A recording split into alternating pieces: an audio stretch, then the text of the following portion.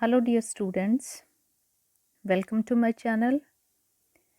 Today I am going to share another lecture on embryology with you all. The topic of the lecture is developmental patterns in metazoa. So let's begin our topic. So dear students, first of all, let's talk about metazoans. Metazoans are the multicellular animals that pass through embryonic stages of development. However, metazoan development has not evolved in a straight line. तो जो मेटाजोन की development है वो ऐसा नहीं है कि एक स्ट्रेट लाइन में फॉलो हो रही है, but there are several branching evolutionary paths. And the basis of this grouping or classification of metazoa is based upon embryological, morphological, and molecular evidences, which can be either similarities or dissimilarities. Further, metazoa is divided into three main categories. First one are the diploblast. Here you can see protostomes and deuterostomes. So we will take all of them one by one. Let's first talk about sponges or poriferans. Sponges develop in a manner so different from that of any other animal group. Therefore, some taxonomists are in view that they do not consider them as metazoan. Rather, they call them as parazoans.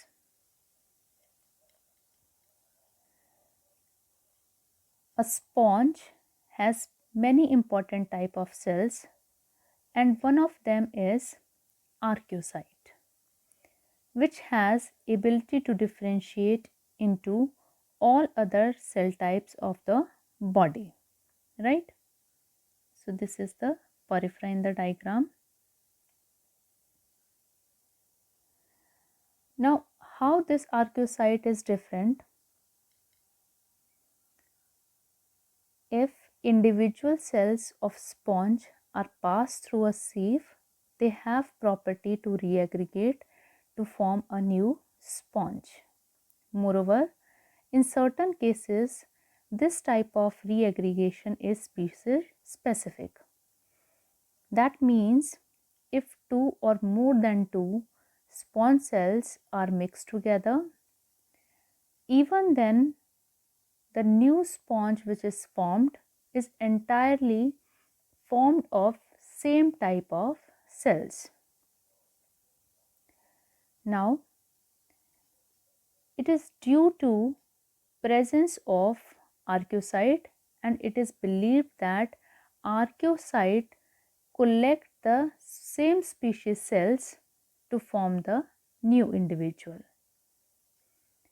Moreover, poriferans have no mesoderm. They have no true organ system, nor do they have a digestive tube or circulatory system, nerves or muscles. Even though they pass through an embryonic and larval stage, sponges are very unlike most metazoans.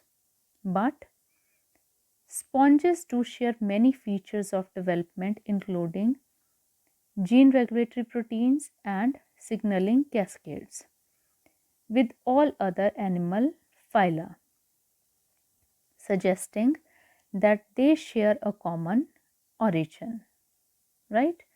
So despite of many dissimilarities, there are certain similarities as well, and it is suggested that sponges or poriferans do share a common origin with that of metazoans. So first category of metazoan are diploblast or diploblastic animals. Diploblastic animals are those animals having two germ layers, that is ectoderm and endoderm, but no true mesoderm is present. For example, cnidarians and ctenophores. You can see here in the diagram as well. Cnidarians and ctenophores constitute the radiata. This radiata, as they have radial symmetry.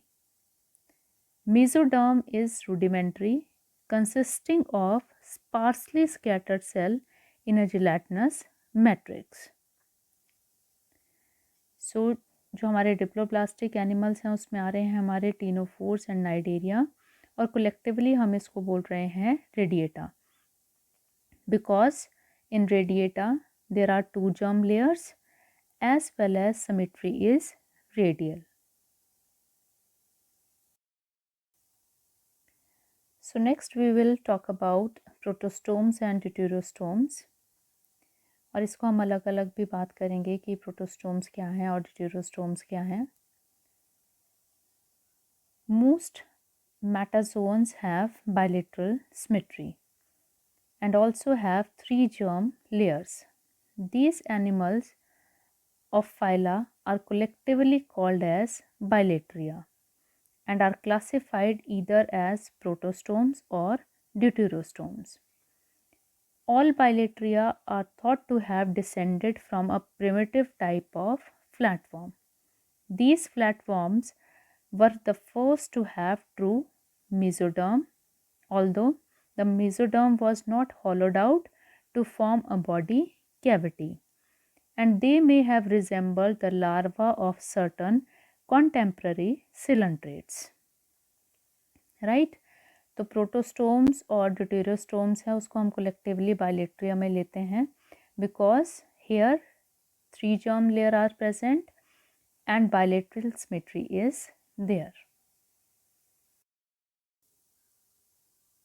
So here it is clear in the diagram that both protostomes and deuterostomes are included in bilateria as they have three germ layers and the symmetry is bilateral.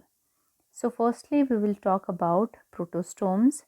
There are certain characteristics common to protostomes, such as in embryonic development, blastopore forms the mouth on the anterior end, whereas anus appears later. Nerve cord is ventral in position, cleavage is spiral, and fate of blastomeres is fixed. That means it is determinate cleavage. Origin of coelom takes place by schizocily, that is by splitting of mesodermal cell mass, and example includes flatworms, annelids, arthropods, mollusks and some minor phyla. So these are the protostomes, which include arthropods, nematodes, annelida, mollusca and certain other minor phyla.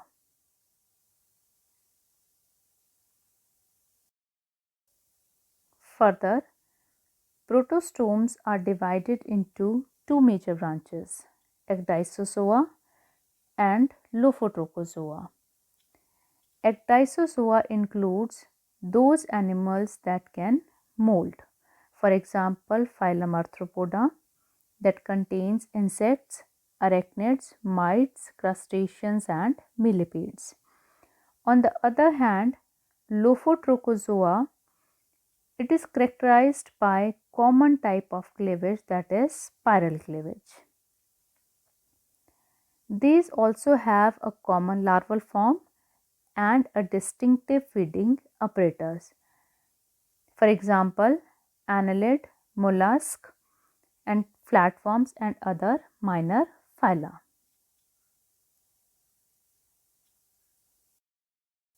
Next one are the deuterostomes. There are certain characteristics common to deuterostomes, which include blastopore forms anus during embryonic development and represent the posterior end of the body. Mouth is formed later on.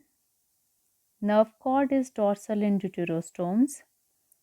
Cleavage is radial and indeterminate.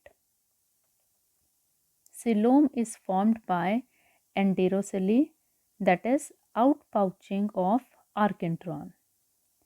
It includes echinodermates, hemichordates and chordates. Here you can see.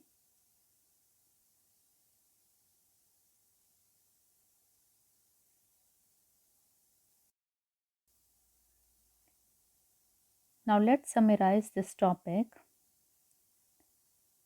First of all, poriferans, which are also called as parazoans, though developmental pattern is different, but they share a common origin with that of metazoans.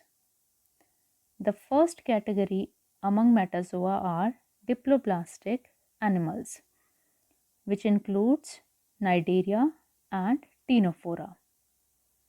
Both of them are included in Radiata because of the presence of two germ layers and the symmetry is radial. Next one are the protostomes and deuterostomes, which are included in Bilateria because of the presence of three germ layers and symmetry is bilateral. Protostomes contain those animals in which mouth arises from that of the blastopore. Further, protostomes are divided into ecdysozoa and lophotrochozoa. Ecdysozoa includes those animals which have molting. For example, arthropods, nematodes and other minor phyla. And Lophotrochozoa includes those animals which have spiral cleavage. For example, annelid, mollusk and other minor phyla. On the other hand, deuterostomes have anus arising from that of the blastopores. Deuterostomes includes echinodermates, hemichordates, urochordates, cephalochordates and vertebrates. Dear students, this is all about developmental patterns in metazoa. I hope you have liked the video and all your doubts are cleared about this topic. So stay tuned for more videos. Thank you.